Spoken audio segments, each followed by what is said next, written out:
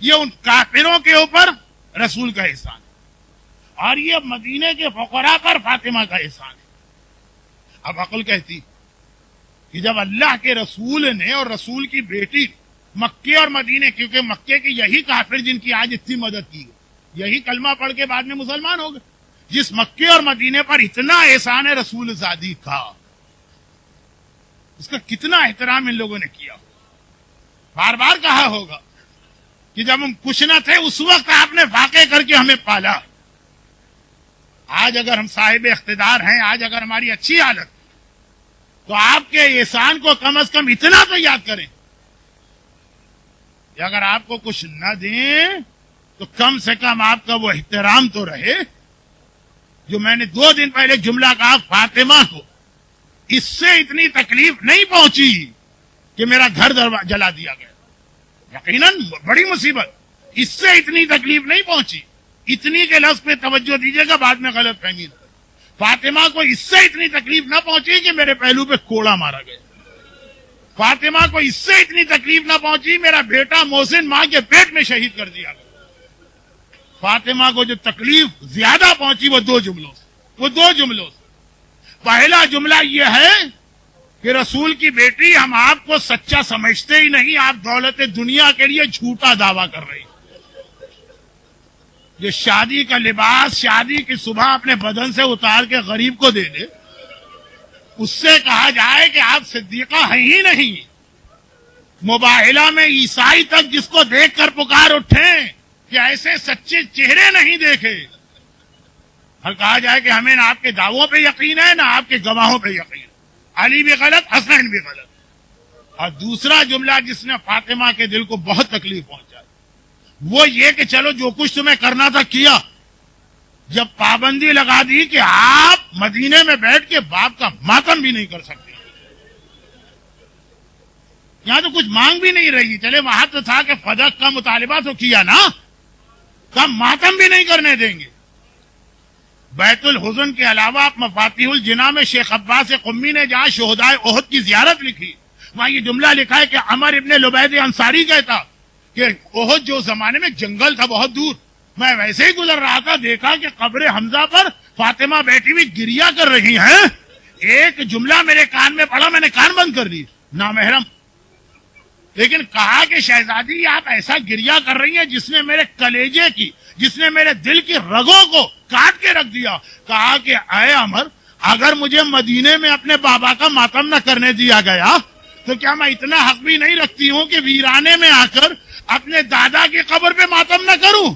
فاطمہ کو جو زیادہ تکلیف پہنچائی، جس کے لیے میں نے بطور دلیل بھی ایک جملہ کہا تھا کہ فاطمہ نے کسی مصائب پہ وہ بات نہیں کہی جو اس دن کہی جس دن ماتم سے روکا گیا، جب میں بابا سے ملوں گی تو پہلی فریاد کوڑے کی کروں گی، محسن کی کروں گی، پہلوئے شکستہ کی کروں گی، جلے ہوئے دروازے نہیں، پہلی فریاد کروں گی بابا، امت نے آپ کی بیٹی کو باپ کا ماتم بھی نہ کرنے دیا۔ وہ فاطمہ کے فاطمہ نے، فاطمہ کی ماں نے، فاطمہ کے باپ نے اتنے احسانات ان پہ کیے، اور حالت یہ ہو گئی کہ جسمانی تکلیف بھی اپنی جگہ ہے، اور یہ جو روح پہ کوڑے لگے ہیں، یہ 2 جملے، دن بدن فاطمہ زیادہ سے زیادہ کمزور ہوتی جا رہی، یہاں تک کہ ایک وہ وقت آ گیا کہ اب فاطمہ نماز کے لیے بھی بستر سے نہیں اٹھ سکتی ہے۔ دیکھیے، اس سے پہلے وہ وقت آیا تھا کہ اب فاطمہ بیت الحزن بھی نہیں جا سکتی، لیکن حجرے میں نماز پڑھتی تھی۔ کیسے میں بتاؤں کہ فاطمہ یہ نماز کیسے پڑھتی تھی؟ حجرہ سیدہ کوئی بہت ہی لمبے چوڑے اتنے بڑے ہال کا نام نہیں، وہ مختصر سی جگہ ہوگی، 2 ستونوں سے لے کے ممبر تک اتنا سا حجرہ۔ وقت نماز آتا ہے، فاطمہ مصلی کی جانب چلتی ہیں، مگر اس طرح چلتی ہیں کہ ایک ہاتھ دیوار پر ہے، دوسرے ہاتھ سے ٹوٹی ہوئی پسلیوں کو سنبھالا، ٹوٹی ہوئی پسلیوں کو سنبھال کے ایک ہاتھ دیوار پہ رکھ کے فاطمہ مصلی پہ آتی۔ لیکن عزاداروں، جس شہزادی نے ٹوٹی ہوئی پسلیوں میں بھی نماز قضا نہیں کی ہے، اس کے چاہنے والے کیا کبھی نماز چھوڑ سکتے ہیں؟ پھر وہ وقت آ گیا کہ اب اتنی طاقت بھی نہیں ہے کہ دیوار کا سہارا لے کے ٹوٹی ہوئی پسلیوں کو سنبھال کے مصلی تک جائیں. اب بستر پر بیٹھے بیٹھے نماز پڑھی جاتی ہے.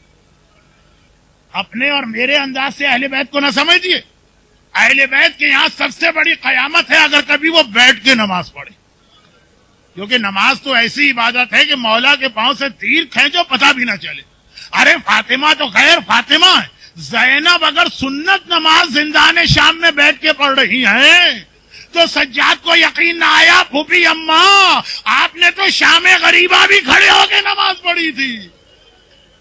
وہ سنت نماز تھی, یہ واجب نماز ہے. وہ زینب تھی جو معصومہ صغرا ہیں, یہ صاحب عصمت کبریٰ ہیں. کیا حالت تھی فاطمہ کی کہ واجب نماز کے لیے کھڑے ہونے کی طاقت نہ رہی, یہاں تک کہ آج کی رات آ گئی. آپ ہمارے لیے کوئی غم کی رات ہے لیکن ہم نہیں سمجھ پائیں گے آج کی رات کو. یا حسن سے پوچھئے, یا حسین سے پوچھئے, یا زینب سے پوچھئے, یا کلثوم سے پوچھئے. آج کی رات عشاء کی نماز تک فاطمہ کے بدن میں اتنی طاقت نہیں ہے, بستر پر بیٹھے بیٹھے نماز پڑھ رہی. مولا گھر میں ہیں, فاطمہ کے بستر کے برابر بیٹھے. فجر کی نماز کی اذان آئی, مولا صرف نماز پڑھنے مسجد میں گئے, اور جب واپس آئے تو کیا منظر دیکھا. جو عشاء کی نماز کے وقت بھی طاقت نہ تھی, وہ فاطمہ چکی پیس کر فارغ ہوئی, کپڑے دھو کے فارغ ہوئی, کھانا تیار ہو رہا. ارے جس کے بدن میں خالی مصلی پر کھڑا ہونے کی طاقت نہیں ہے, گھبرا کے کہا بنت رسول اس کمزوری میں اتنے کام. کابل حسن نماز سے ایک لمحے پہلے میری آنکھ لگی, خواب میں نے دیکھا میرا بابا میرے پاس آیا, اور خالی بابا نہیں آیا, آج تو اماں خدیجہ بھی ساتھ میں ہے. میں نے بابا کو سلام کر کے فریاد کی. اب یہ نہیں ہے روایت میں کیا فریاد کی, لیکن میرا دل کہتا ہے کیا فریاد کی ہوگی. ضرور کہا ہوگا بابا میرا سلام لو, اور صبت علیہ مصائب لو انہا صبت علیہ میں سرنا لیا. بابا تیرے بعد تیری بیٹی نے اتنی مصیبتیں برداشت کی کہ روزے روشن تاریک راتوں میں بدل جاتے. بابا نے کہا بیٹی گھبراؤ نہیں, آج ہم تمہیں لینے آئے ہیں, چلنے کی تیاری کرو. ابو الحسن میرا بابا مجھے لینے آیا ہے, مجھے ڈر ہے کہ ایسا نہ ہو لوگ میرا غم کرنے لگے, میرے حسنین کے لیے کوئی کپڑے دھونے والا نہ ہو, کھانا پکانے والا نہ ہو, سارے کام میں اپنے ہاتھ سے کر کے جا رہی. مولا نے سنا ایک تو علم امامت, پھر یہ جملہ اتنا واضح کہ آپ سمجھ گئے. مولا سمجھ گئے کہ سیدہ کیا کہہ رہی ہیں. گھبرا کے اسما بنت امیس سے کہا اسما یہ وقت تو حسن حسین کو یہاں ہونا چاہیے, کہاں ہیں. کہا مولا روزانہ تو آپ نماز کے بعد یہودی کے باغ میں چلے جاتے ہیں, حسنین کا تو طریقہ یہی ہے, فجر کے بعد سے جو نانا کی قبر پہ بیٹھتے ہیں تو ظہر کے قریب آتے ہیں, بس علی جلدی سے گھر کا دروازہ کھول کے چلے.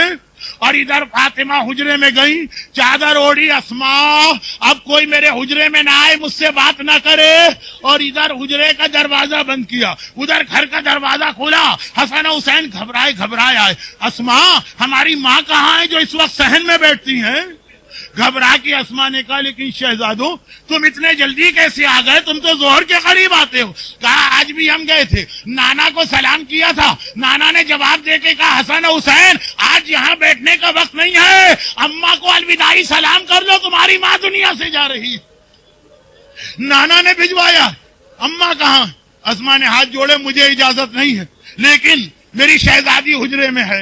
دونوں شہزادے حجرے میں آئے. بات کو مختصر کروں, حسن بڑا بیٹا ہے, بڑے بیٹے ذرا سے زیادہ سنجیدہ ہوتے ہیں, ماں کے پائتی جا کے بیٹھ گئے. حسین چھوٹا بیٹا ہے, ماں کے قریب آیا, ایک بار کہا اماں میرا سلام لو, کوئی جواب نہیں ہے. دوبارہ کہا سلام لو, جب تیسری بار بھی جواب نہ ملا, حسین نے سر سے امامہ اتارا, دونوں ہاتھوں سے سر پیٹا. اماں یہ کون سا دن آ گیا, تیرا حسین سلام کرے اور تو سلام کا جواب نہ دے, اور غش کھا کے گر پڑے.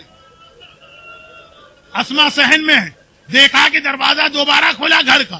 مولا گھبرائے اسما میرا حسن حسین تو یہاں نہیں آیا. اسما نے کہا لیکن مولا اتنے پریشان کیوں ہیں. کہا میں قبر رسول پہ گیا, نہ حسن تھے نہ حسین تھے.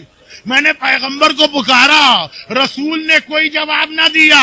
جبرائیل نے کہا اے ابو الحسن جا کے حسین کو تسلی دو، حسین کے رونے سے فاطمہ رو رہی ہیں، فاطمہ کے رونے سے رسول خدا کچھ کھا کے گر پڑے ہیں، حسین کو تسلی دو۔ میرا حسین تو نہیں آیا۔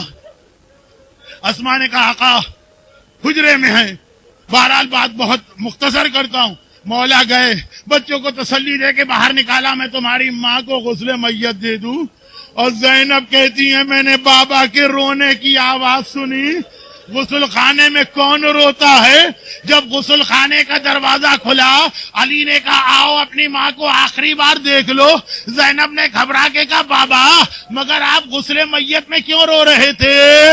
ارے دنیا کا سب سے بڑا صابر، میرا مشکل کشا مولا کہتا ہے زینب جب غسل میت کا پانی ڈالتے ڈالتے میں کمر پہ پہنچا تو کوڑے کا زخم آج 75 دن بعد بھی تازہ نظر آ رہا تھا۔ رسول کی بیٹی زخمی کمر کے ساتھ دنیا سے گئی۔ مگر عزادارو آخری جملہ ضرور سننا، اور ادھر دیکھیے زینب اور علی بات کر رہے، حسین ماں کے سرہانے پہنچے، اب نہ سلام کیا، نہ کوئی فریاد کی، نہ سر کو پیٹا، ہاتھوں کا پیالہ بنایا، ماں کا چہرہ کفن میں نظر آ رہا ہے، اپنے ہاتھوں میں لیا، ایک بار آسمان کو دیکھا، ایک جملہ کا واہ غربتا، ارے میں غریب الوطن ہو گیا، ارے میں اکیلا رہ گیا، ارے میں تنہا رہ گیا۔ بھائی اتنا کہنا تھا، بندے کفن ٹوٹے، فاطمہ کے ہاتھ کفن سے باہر آئے، حسین کو سینے سے لپٹایا، اے میرے لال ماں تیری غربت کی فریاد نہیں سن سکتی، ارے میرا حسین۔ ہاتھ جوڑ کر ایک جملہ کہوں شہزادی، آج تو پھر بھی شہر مدینہ ہے، حجرے کے اندر ہے، علی جیسا بابا ہے، حسن جیسا بھیا ہے، تب بھی آپ حسین کی فریاد نہ سن سکی۔ ارے کل آئیے عصر عاشور ہے، حسین واقعاً اکیلا رہ گیا، نہ عباس ہے نہ علی اکبر، وہ ذوالجناح سے گر رہا، مدینے میں کفن سے ہاتھ نکال کے حسین کو سنبھالنے والی، آئیے جلتی ریتی میں بیٹھیے، یہ آپ کا لال، یہ آپ کا حسین۔